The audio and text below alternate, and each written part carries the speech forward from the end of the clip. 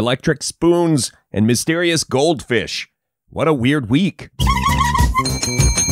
Hi, everybody, it's Weird. This is like crazy being here. Really weird tales. Well, I got a great show for you today with some wonderful weird stuff. Hi, friends. I'm Scott, and this is What a Weird Week. It's a weekly catch-up on all the weird stuff that happened in the news. I think that's it. That summed it up. Let's go.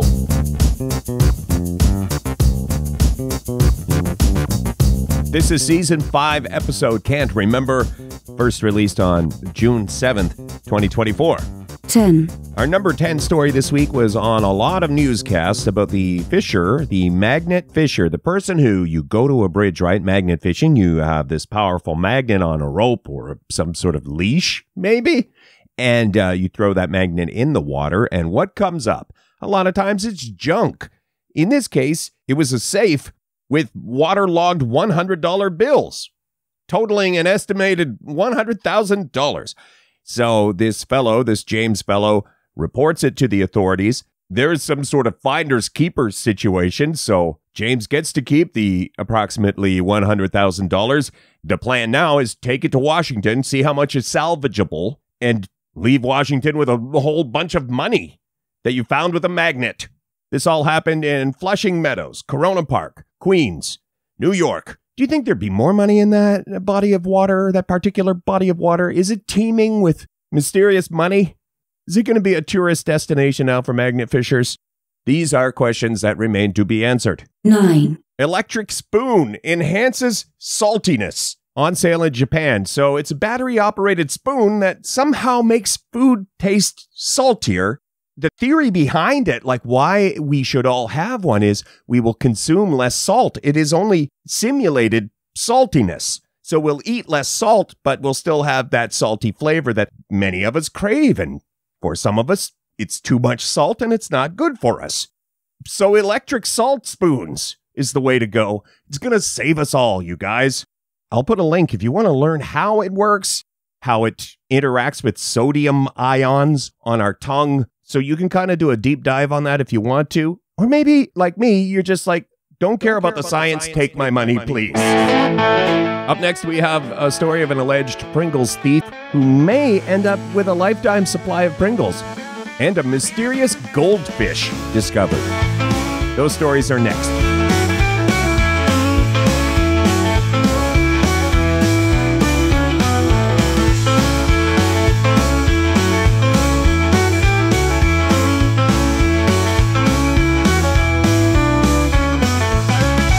Friends, I am Scott, and this show is What a Weird Week. We catch you up on the weird news of the week. Thank you for listening. 8. Pringles in the news this past week. A fellow stole a lot of containers of Pringles. This is Nottinghamshire in the United Kingdom. Stole some Pringles, admitted guilt, got sentenced, and then Sky News, we got the headline, the thief told police, once you pop, you can't stop. That wasn't an official defense, I don't think. Perhaps it was presented in court, Your Honor. Once you pop, you can't stop. But that did not convince the authorities, and so this fellow, Adam, now sentenced. I don't want to make light of any of this. I hope Adam gets on the straight and narrow, pays his debt to society. But then also, I hope upon release, I hope Pringles comes a-knocking with some, an idea for an ad campaign. If you go to our podcast page and you get the podcast through Spotify, there's the survey. If you were going to go to jail for a snack food, what would your snack food be? You can find all our podcast stuff if you go shownotes.page. 7. Mysterious goldfish. This one is a bit of a doozy, you guys. A doctor has gone viral on social media after discovering a goldfish on their lawn. I would say lawn. This is Newcastle, United Kingdom, so I think you would say garden, perhaps, in the United Kingdom. Let me know if I got that wrong. So Dr. Ben Beska has no idea where this goldfish came from, found on the grass, the lawn, the garden, however you refer to it, and that goldfish was alive. Now, if you don't have a chance to click the photo, it looks like a traditional goldfish, so saved you a click. But this goldfish was alive. Dr. Ben found it, rescued it. Was alerted to the fact something was going on by a whole bunch of birds squawking. What are they squawking at? What is that on my lawn? It's a goldfish. There's not any sneaking suspicion that this is some sort of weird hoax. Dr. Ben is a cardiologist, probably doesn't need the attention, or I don't know, surmising here now, but it appears legit. Somehow this goldfish ended up on the lawn. He puts the goldfish in some water, goes to the pet store, buys a fish tank, has saved the fish.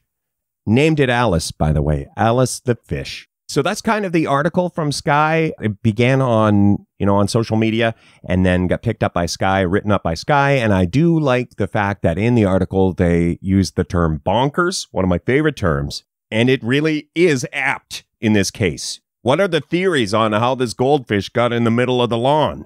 There's a couple of theories, that a bird, maybe somebody had a goldfish pond or something and a bird swooped in, got that goldfish, and then dropped it on Dr. Ben's lawn. That's a theory. Also, a tornado or water spout over somebody's goldfish pond. There's also a possibility that time travel is involved. I mean, now I'm just floating the ideas out there. I don't have the resources to investigate all of these. Maybe we can split up on this one. So if you guys can investigate some of those other ideas, I'll take time travel, and we'll meet back here next week and see where we're at with this mysterious goldfish. Or you guys, maybe we already met next week because I solved the time travel thing. Time is a flat circle. Circle. If you want to see the fish, read the whole thing, shownotes.page is where the show notes are. Shownotes.page. Up next is basically a miracle. I don't know how else you would say it. The bullet that was stopped miraculously. You can be the judge. That story's next.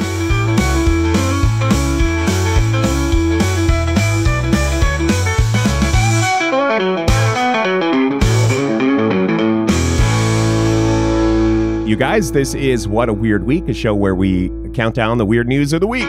6, Fellow in Colorado was saved after being shot because the bullet hit the chain they were wearing. They were wearing a thick chain and it stopped a .22 caliber bullet. I don't know, maybe I should have said PG-13. This was legit an attempted murder situation.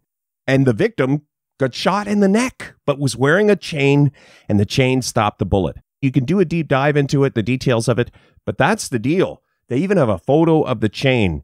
It's pretty messed up.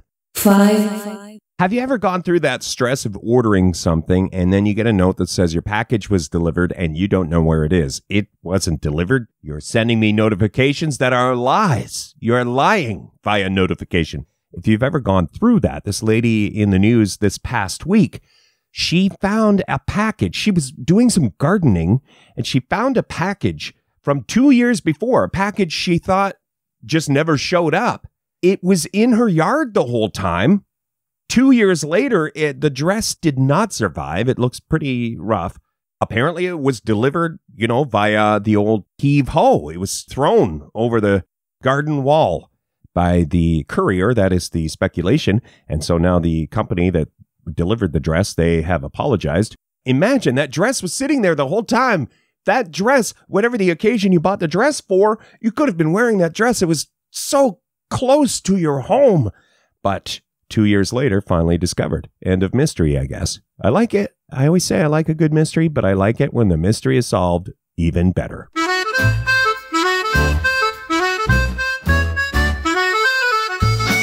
Next, we have one that got reported a lot. It's weird. It's a little bit scary at first. It involves giraffes. Everything's okay now, you guys. That one's next.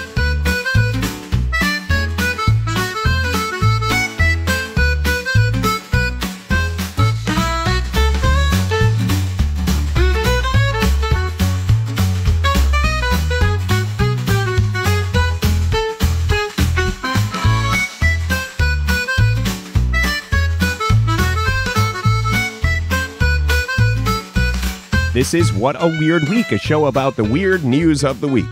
4, This one was on a lot of newscasts and got picked up a lot. The toddler who was lifted out of the car roof by a giraffe at a safari park in Texas.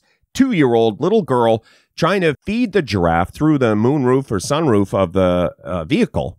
And the giraffe latches onto the toddler's clothing and starts pulling the little girl out of the sunroof, moonroof, whatever. Most of the experts say the giraffe, it was an accident. The giraffe wasn't trying to be mean and probably wasn't going to eat the toddler, being that giraffes are vegetarians. Still scary. If you haven't seen the video, the little girl wasn't lifted very high or for very long and then landed safely back in the vehicle. Everyone's okay. That's the cover story, you guys. Let's face it. These giraffes, they're getting meaner. They are starting to organize. They're going to take over. We've talked about how the bears are organizing. They come to your front door and ring your doorbell now and wait for you to come out. Well, now it's giraffes. The animals are starting to organize, you guys. Honorable mention.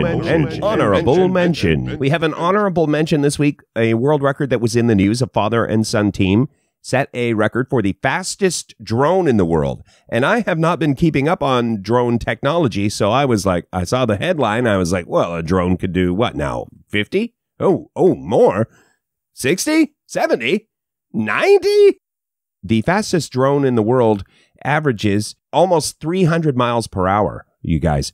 So that made headlines this week. Congratulations to the father-son team. So then I was like, well, what? It must run on rocket fuel and lasers, but it's just a normal drone. I mean, what you would picture as a drone, it's a quadcopter, but it can go almost 300 miles per hour. They did encounter some problems, the father and son, as they, on the road to breaking this world record.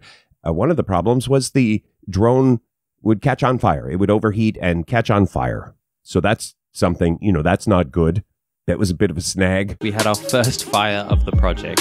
Bench testing revealed some initial challenges, including overheating batteries and motor wire issues. If you want to see the video of the world's fastest drone, don't blink, hey?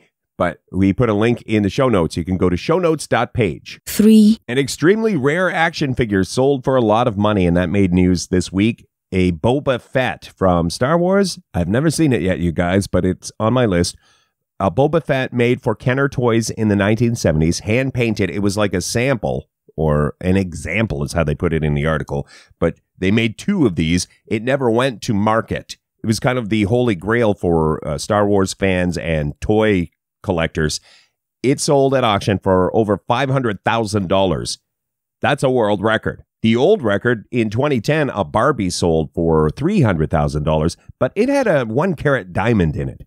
This looks like a traditional 1970s Star Wars toy. It just didn't get mass produced, 500,000 and something, and that's the new world record. Hang on, up next, a story about a museum that made headlines. It is in the news for breaking a world record. It involves dinosaurs. It's a little bit gross. All of that in one package next.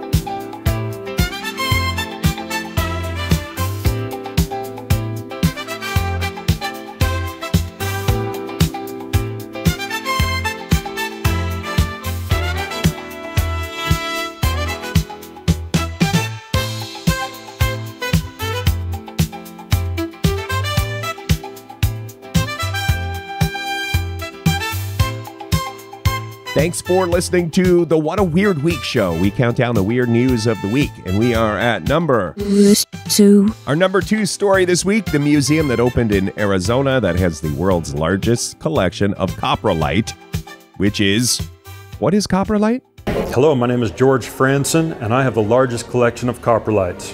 What is coprolite? Fossilized poop. So that's the soundbite. The video is in the show notes. That is from the Guinness World Records, folks. Dinosaur poop and other fossilized poop made headlines this week. It's free to get into this museum. I'm sure you can make a donation. And also, they do have a gift shop with lots of dinosaur-themed items. So just to recap, it's fossilized poop, the largest collection in the world, in Arizona, the Pooseum, our number 2 story. Fossilized poop. Number 2 story, you guys. Hey! Honorable mention.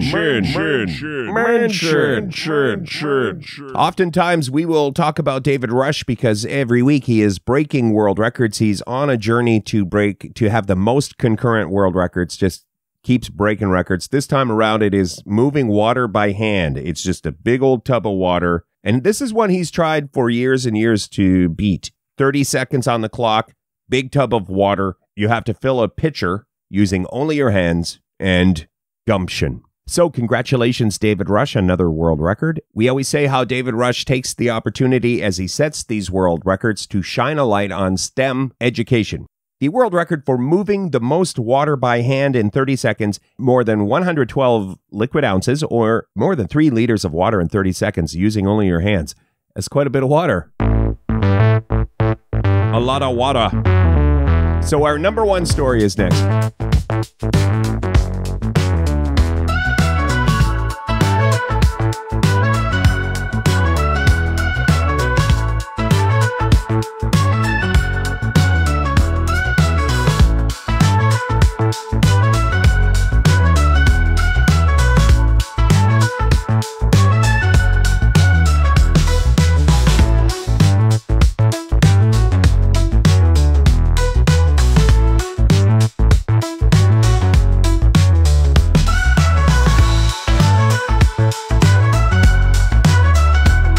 For listening to the What a Weird Week show, counting down the weird news of the week.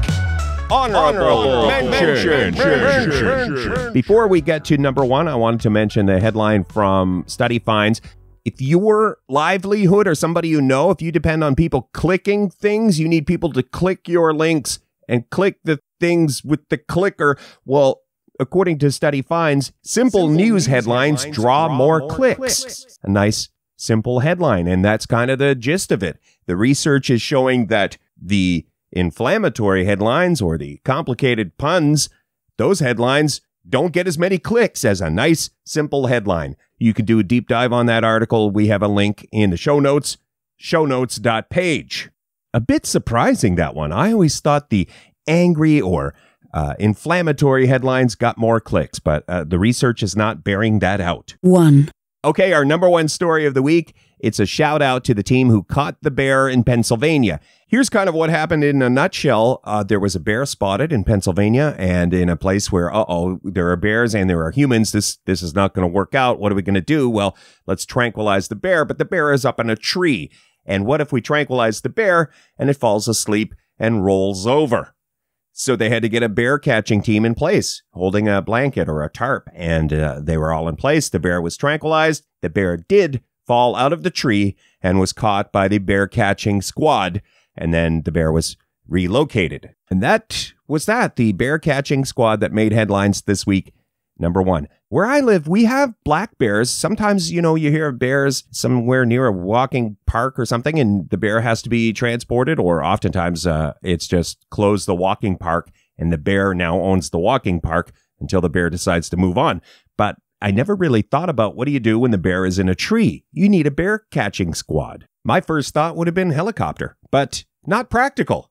So the bear catching squad, number one story of the week. And that is that. You can get our show notes and get all the podcast stuff for What a Weird Week if you go to shownotes.page, shownotes.page. You can get us on your smart speaker as well if you want to listen to Funhouse Radio. Every weekend we're part of the programming with our friends at Funhouse Radio. Just ask your smart speaker to play Funhouse Radio. We'll catch you next week for more weird stuff on What a Weird Week.